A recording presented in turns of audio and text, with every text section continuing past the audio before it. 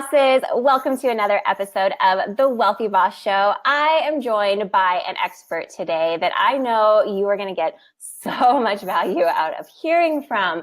Kathryn Hofer is the modern planner, and she is going to help you today get ahead of your goal planning and back out from your goals how you actually need to be spending your time so that you can not be wasting any of it and you can enjoy more on the things that are important to you. Kathryn, welcome to the show. Thank you so much. I am thrilled to be here. So good to have you. And I think what you teach is so helpful for many of us who as entrepreneurs feel like we're constantly a victim of our time and our schedule. I know, we all go through periods of that, myself included, where we just feel like, oh my gosh, we're just slaves to our to-do list. And I know that having you come shed some light on how to take control of that and will help us feel more successful and less stressful and all of those things that I love helping entrepreneurs feel, because we have to do that intentionally or that it will not happen.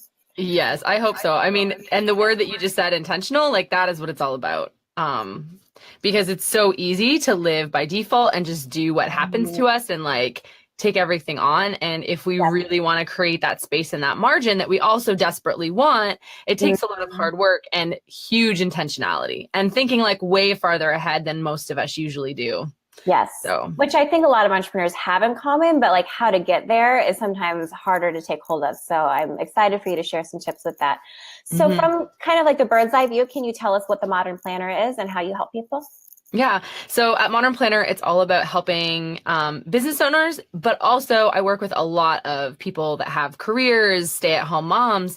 So it's really about helping people that are at a similar stage in their life where they are feeling tired, overwhelmed, a little bit stressed. They don't know how to plan. They're flying by the seat of their pants, and they really want to be more intentional and learn how to plan ahead. So my kind of motto, I guess, at Modern Planner is a life well planned is a life well lived. And so I really believe that the more we're able to learn basic planning skills that help us think ahead and plan ahead, the less stressed we are, because not as many things are surprising us. Yeah. So that's kind of what I talk about. And I do that in a lot of different ways, but talking about planning, we throw some system stuff in there, tons of scheduling type things, because planning our schedule and our calendar is like kind of number one where it happens, when it comes to getting control of our lives and feeling like you had mentioned earlier, not taking the victim, but like really like owning your life and taking control. Usually the first place that starts is in your schedule.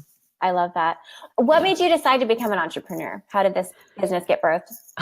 Well, I was 25 years old, and 6 weeks after my wedding, I was already clinically depressed and in chronic pain, my entire body. Oh, wow.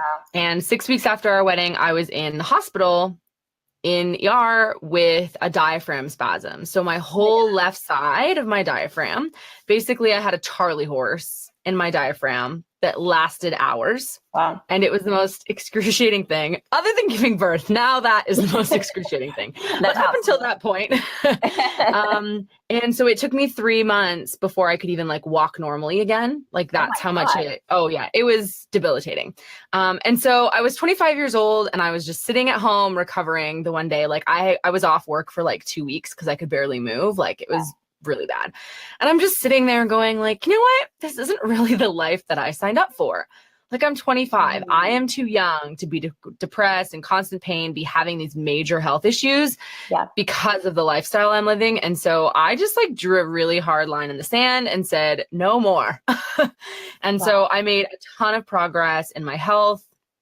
Did like our big activity audit, my husband and I, which I talk about on my website. It's one of the activities that I recommend everyone do, which basically we put up all the things that we were involved with and we like started putting them in different columns. Like, yes, we want to keep doing this. And like, what should we let go of? And that's so awesome. I got to the point where my life was fairly healthy. I'd gotten a lot of like space back and I was taking care of myself, but I was still super stressed and I knew that it was my job.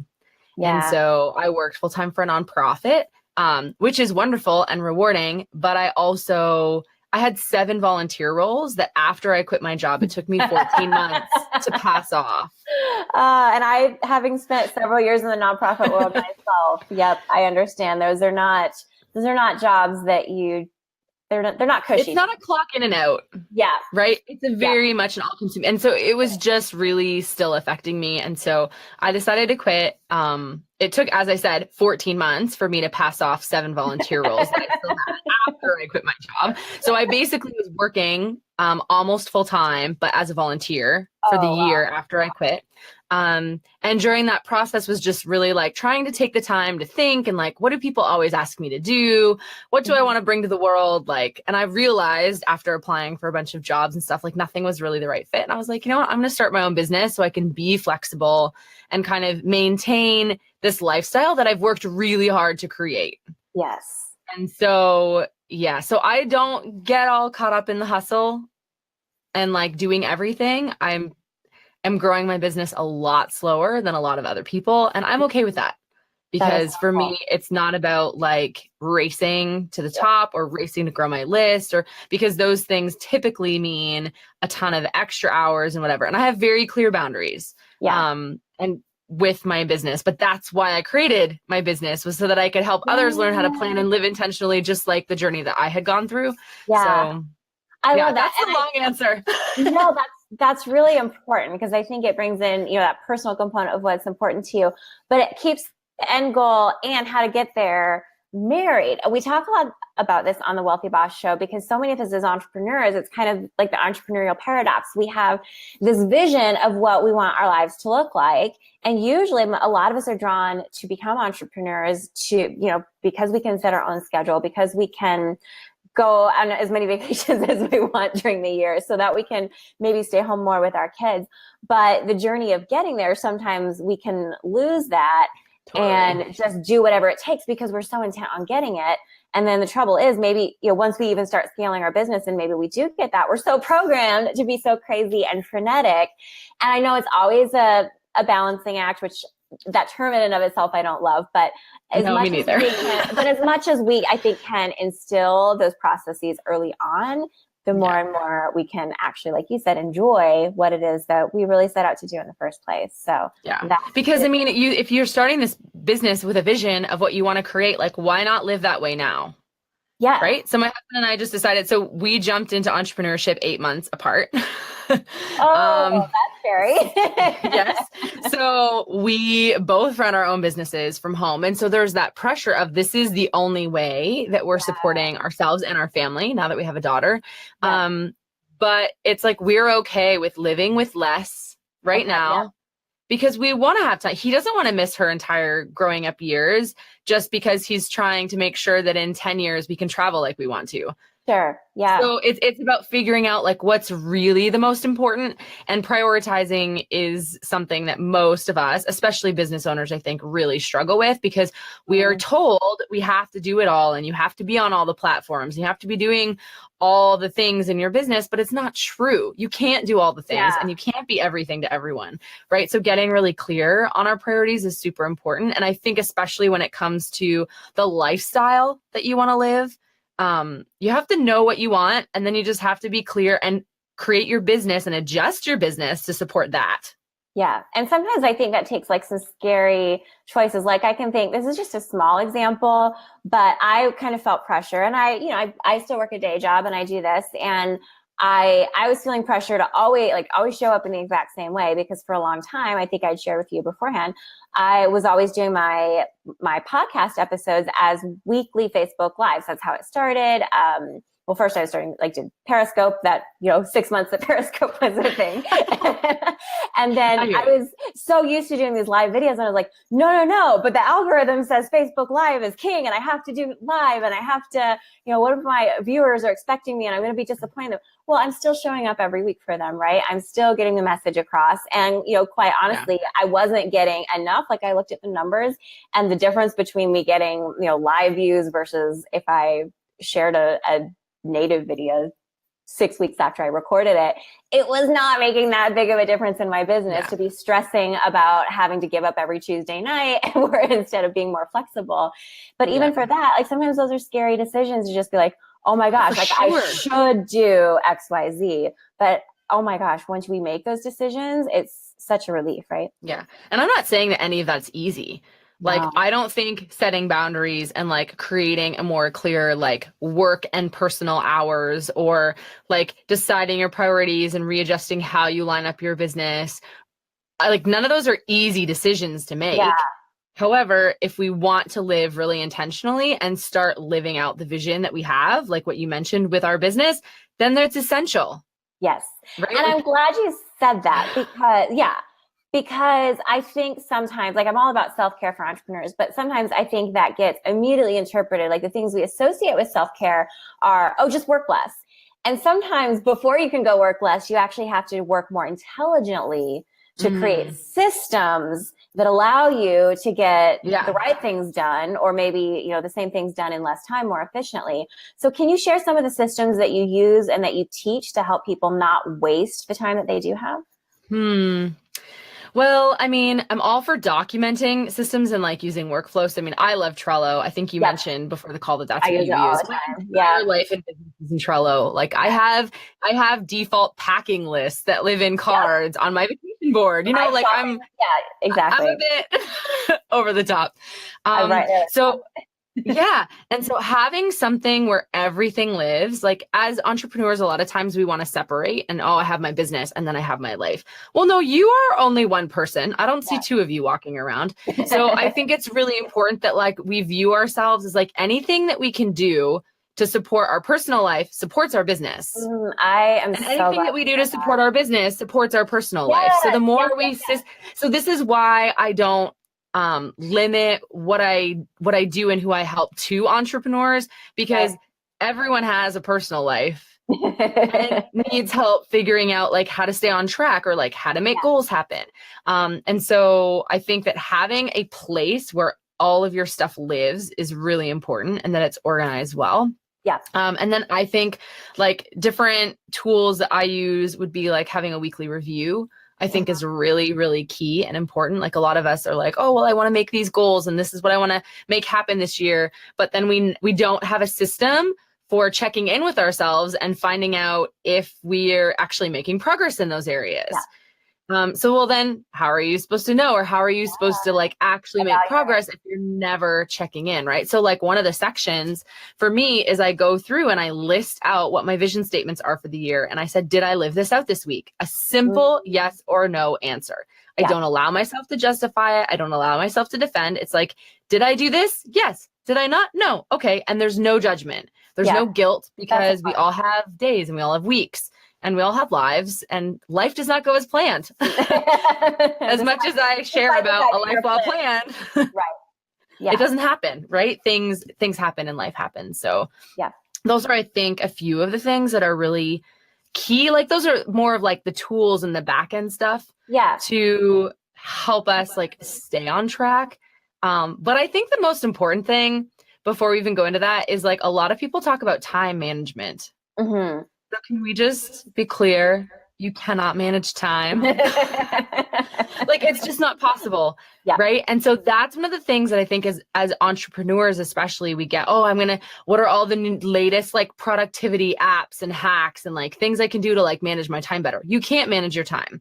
Time goes at the same speed every day for every single person. Like you can't slow down, or like you can't do anything with time. And so I think once we understand that what managing time is really about is managing our priorities and managing ourselves, then that's usually the mental shift that we have to make. And once we can make that, then that changes the game, because we're not trying to cram all these things into a day and like try to make all this stuff happen. It's like, no, you just manage your priorities, and that's about like getting rid of things that aren't really important. And being really clear about what is. Like this week, I have like the two most important things, and until the first one's done, I don't move on to the second one. That's so good. Because I don't make progress that way, right? Yeah. So let's kind of maybe stepping back, because you kind of talked about how we can have systems and processes once we know where we're going. But obviously we have to have a plan to, even before we get there, we have to know what it is that we want, where we're going, and what we don't want. What are some, you mentioned your activity audit. Can you talk a little bit about that? And then can you also, maybe kind of building on that, share what some of the common things that maybe your clients that go through this process, what are some of the biggest things that that they need to eliminate that are maybe sometimes hard to eliminate? Do you have like common ones that you see a lot? Yeah, for sure. So I think with the activity audit, basically what I do is I walk people through a process. And this is free, like it's a free video on my website. Yeah. So it's not like a paid thing. So basically what the activity audit is it's a process that I walk you through where you write down every single little thing you're doing. So my husband and I do this together at least once a year. It's really fast for us now, but I also do it in my business. So we'll use different color sticky notes on like foam core or like a bulletin board or something. And we write every single little thing. So our hobbies, the things that we give toward, like sponsor kids, missions, like anything that we've financially given towards. We look at all of our like social stuff, things we're committed to, like he's on our condo board. So like every little thing, including our business. And then we also do this with our business where we list all the things we're doing in our business. And you just take time to ask yourself, like, is this supporting where I'm moving forward in life? And if it's not, then you put it in. So there's 3 columns, a yes, no, and a just. So the things that you know that you're supposed to do go in the yes column. Like I know that I'm supposed to be a good mom. I have a child. I want to be a good mom and be right. And so that's something I want to focus on and do. So that goes in the yes column. But I went through a season. I was just asked if I wanted to do an adult ballet class because I come from a dancing background. And I wanted to do it so bad. So, but I had to do a mini activity audit and say, okay, these are all the things on my plate right now. These are all yeses. Can I fit this in? And I was like, no, this can't fit in my yes column. I want to do it. It would fill me so much, but I know that it's going to be more stressful. It's only going to add stress to my life by me trying to figure this out and put it in my calendar. So it went in the no. And I said, hey, thanks so much for the invite. I would have loved to come do class, but I can't do it. Right. And so you take the time. Like the first time my husband and I did this, it took us over a month. Wow. Like we just had the board sitting in our hallway and we would just look at it, talk about it, move things around. And then it took us 4 months to follow through on all those decisions we'd made. Wow. So I'm committing from, these are not like light, easy things, right? No. Like this is deep work. This is like the stuff that takes the time and it's the hard stuff, but it's worth it because then after those 4 months, we offloaded like volunteering, huge thing. And I would say that that's something that's commonly eliminated from people because like I had one client who we looked at and we did the activity audit. And I also walk people through a 4D filter, which is like, you walk through the 4 Ds of the things that you want to do. Like what can you defer? What can you delegate? What can you just delete? And it's kind of a similar process, but it's typically on a bit of a smaller scale. And we were just looking at all of the volunteer stuff that she was on. And it was a huge list. And as she like was writing everything out, she's like, this is why I'm so stressed. She's like, I love doing this. And this is what I want to be involved in, but like, I can't handle this much. So she cut it in half. Her volunteer work in half, and then 6 months later was able to cut it in half again because she saw how much more she was able to give to that one thing because she was focused. And that's what a lot of I mean, myself included, we struggle with is we think that the more we're involved, the more fulfilled we're going to be, and we're going to be trying to keep everybody happy, but we can't, we can't keep everyone happy, and it just stresses us out. So the less we're able to do, not that we should be just doing less to do less. But the thing when we're doing the less and the fewer things that we know we should be doing, that we feel the most aligned with, then we're going to be more fulfilled because we're able to give more of our time and energy and focus to those things. And those things end up growing more, right? Like I can't hold on to and like push 5 strollers at a time, right? Like that just doesn't work. Like if I was, I'd be moving really slow, right? But yet we think in the business world, oh yeah, I can work on 5 major projects all at one time and push them forward. Well, really, because I'm pretty sure if you use that mental image, you look like you're pushing 5 strollers. That's totally, yes. And we'll all remember that now. Or it makes me think too. These mom life illustrations, they're brilliant for business. Wonderful. Or even if you think of like the way our computers work, like when we have like 30 browsers up, our computer runs like slower, right? So that totally makes sense. Yeah, for sure. I love that. So that's the activity audit. Common eliminations I do find are The volunteer stuff, we're usually overcommitted in that area because we feel obligated to do it. But then the other big area is just projects. Like there's all this stuff we feel like we should do in our businesses or in our homes. Like how many of us have a list of like 30 things we want to do, like all these little like house projects? Does it really have to be done right now? Right. Those are usually the things that go. Sometimes a hobby, or, you know, it is different for every person, but I find that projects and the volunteer stuff are usually what ends up getting eliminated, at least initially. Yeah, that's really important. So I know kind of like you're a big fan of setting personal goals, which you kind of mentioned earlier, as well as professional goals. Can you share kind of how that process looks for you, why you choose to give just as much intention to your personal goals, or at least a big chunk of your attention to personal goals as well as professional, and then kind of how that ends up influencing your work by not spending all your time on your work, if that makes sense. Yeah, totally. Well, a few years ago, I started doing this process at the beginning of every year, and I had like this list of questions, and I've since built it out and it's now a full course. It's called Set Vision and Plan Change. So basically it's like an audit for my life, and I do it, and it's like an extended activity audit, but like it also takes me from like I reflect on the year, I set vision, and then I'm not like a goal setting in terms of like, I want to lose 20 pounds this year. Like, I don't really think that those kinds of goals are supportive, but what I encourage people to do is set a vision statement for the year. Because I find that those kinds of vision statements, like for, I was going to say, what is one of mine? And I'm like, how did I word it? Let me just find an example for you. Well, and the reason I'm going to ask is you just sent this lovely email out to your email subscribers that shared some of them. Like, I'm just going to ask her about that. Yeah, totally. And so this is basically like the process I go through. So one of our family ones, for instance, is create a fun and relaxed atmosphere and plan quality time together. Oh, nice. So it's not a goal. Like I've not given myself any numbers or deadlines. It's just this year, I want to create a fun and relaxed environment in our home. As our daughter gets older, like she's 7 months right now. As she gets older, like she can do more things, and we have dance parties already. And like, you know, like we want that. And we also want to plan quality time together. So then how this filters down is I plan my quarter and I plan my 3 months, and I'm like, okay, what is in my business? So actually I have 5 personal goals or vision statements this year and 2 business. Oh, I love that. That's it. Wow. That's so cool. Right. So in personal, it's physical health, spiritual health, my marriage, our family, and then intellectual learning. So learning kind of covers both of them because I'm learning personal stuff, but then a lot of like business related. And then in business, it's just quality. My vision statement is to create quality content. That's it. And then my second one is growth.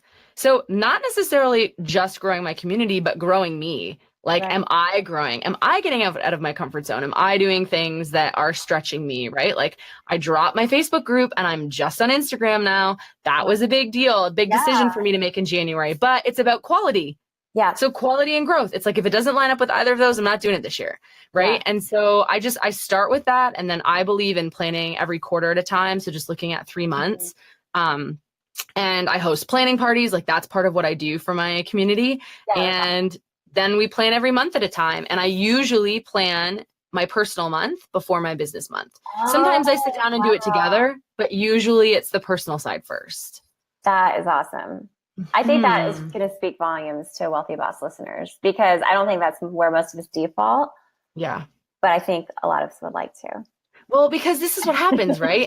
I look at my personal, I look at our commitments, the things that we have. Do we have date nights in there? No. Okay. Date nights go in, right? Like I have a whole list of things that I go through when I plan my month. We do that. And then my husband and I sit down and we say, are all of our priorities in the month? Yes, they're all there. I look at what days I'm working. Okay, this works. Then now that I have my personal and I know these are all the things that I'm committed to, that I'm doing, then I sit down and I look at my business and I say, okay, I have 5 work days this month. These are my commitments. These are the things I have to do. What else do I think I could get in? And I always do my commitments first. And then once those are done for the month, then I move on to anything extra. Like YouTube. Hello. I would love to be consistent with that. And I was for my first 6 videos. And then I went on mat leave and I had a non-napper. You can't plan for having a child that naps 30 minutes at a time for the first 3 months of their life. You know, like that just threw my business plans totally out the window. Yeah. So I went 6 months with not doing a video. And then I was like, okay, jumped back in it in January. But we're planning for vacation. Vacation's really important. I have commitments. Am I going to release a video in February and March? I don't know. Stay tuned. And I love it. You just let that It's down on my priority list, right? Yeah. So I love that. Because so many of us would just be like, oh my gosh, I've got to make it work. Even though our circumstances might have changed, but we still try to hold ourselves to those same goals. Right. Yeah. Yeah. And it's about constantly adjusting. So this is the modern planner framework, which I'll just share really quick. It's basically 4 stages, and these 4 stages can help you plan anything. But the first thing is priorities. So like we've already talked about that on the call, like knowing what your priorities are so important. And then second is plan. So priorities, plan, because there's no point in spending time planning something that's not actually important. Yeah. As much as I love planning, and I could literally plan for hours every day, there's no point in doing it if it's not the right thing, right? Yeah. So prioritize, plan, act. So that's the whole execution, like learning how to get rid of the distractions, block your time so that you're very focused. Right. All of those, like the productivity stuff comes into place on the acting. Yes, that makes sense. Right? And then, but the 4th stage is to adjust. And most of us skip that. We just are like trying to do, but we never relook back at our priorities. Then we never actually create plans. Like for every minute you spend planning, you save 10 minutes down the road. Like that's like a common kind of like stat that you'll find. And well, yeah. And I mean, it's true. If you think about it, if you're prepared, you make your whole list. Then when you sit down, like even the few minutes I take to plan my day, when I sit down to work, I know exactly what I'm supposed to work on first because I've already created my plan. I don't spend 20 minutes checking my emails and reviewing this and then looking at my list and saying, what should I work on today? No, like I can sit down and be working within 5 minutes. That's awesome. Because we know, right? So prioritize, plan, act, and then adjust. And that adjust phase is the looking at, what am I doing? Is this right? How long is this project going to take? Do I need to keep working on it? Like all of those kinds of questions. And so those 4 things will basically help you plan and be intentional about almost everything we're doing. I love that. One thing that I've just kind of observed on the outside that I think you do well, that I think a lot of us can learn from, is setting expectations about, you know, when you're available, when you're not. I mean, well, I think I emailed you originally when you were on maternity leave, and you have these great autoresponders that, I mean, share a little bit about your autoresponders and how much does such a simple thing as your autoresponders help you let go of any type of guilt of having to be instantly available to everyone, as our culture really seems to esteem. It does. It does. I first set up my autoresponder about 2 months before I went on mat leave because I was like, I want to get people that are emailing me used to the fact that this is going to be up and that I'm not going to be as available. So it was just like, hey, thanks so much for reaching out. It's like, hey, I'm so glad you reached out to me. And then I basically just share where I'm at with my life right now. And so I was like, I'm preparing to be off for a short mat leave. And so I'm very focused with the things that I'm working on right now. Might take me a little bit longer to get back to you. But then I just direct people. I'm like, if you're a client, know that I'll get back to you right away. You might be wanting to find me online or reaching out or whatever. This is where you can find me. And I had links to my Facebook group and Instagram and stuff like that. And then for people who are reaching out for like an interview or something like that, at one point I did actually just have my calendar link, so people could actually just book something with me. But then I took that out because I was like, I didn't have any time available. So I was like, I'll get back to you. Yeah. So I did that before mat leave, just as like kind of getting people prepared for like, hey, this is what you're going to start to see. And then I put it on mat leave and just said, hey, I'm off. I'm enjoying time with my daughter. I didn't do any client work. So I actually shut everything down about 6 weeks before she was born. Well, 4. And so I wasn't doing any work with clients. So it was just social media and newsletters and like videos and stuff like that going out. And so I took about almost 12 full weeks without doing hardly anything. It also helped me stay focused because my sister got married when Em was 10 weeks old and I was the maid of honor. So I also, like, after she was born, it was like we had another shower and then we had wedding week and it was like a lot. Yeah. So once that was over, then I kind of came back, but my email responder is still on. Yes. And it just says, hey, I'm only working 2 days a week because I'm enjoying spending time with my daughter while she's little. I love that. I only check my emails on these days, and it might take me a while to get back to you, but I will. Thank you, And so that's still just up. And I changed my signature. So my it just says Mondays and Fridays, 9 till 3. And that's when I work, right? So it helps me not feel guilty, because it's like, no, like they know they've received a message that I will get back to them when I can, and that I'm working part-time. And if they can't understand, like I actually had someone one time, a potential client, I was on a discovery call with him, and he was just talking, and he really needed my help. Let's be honest.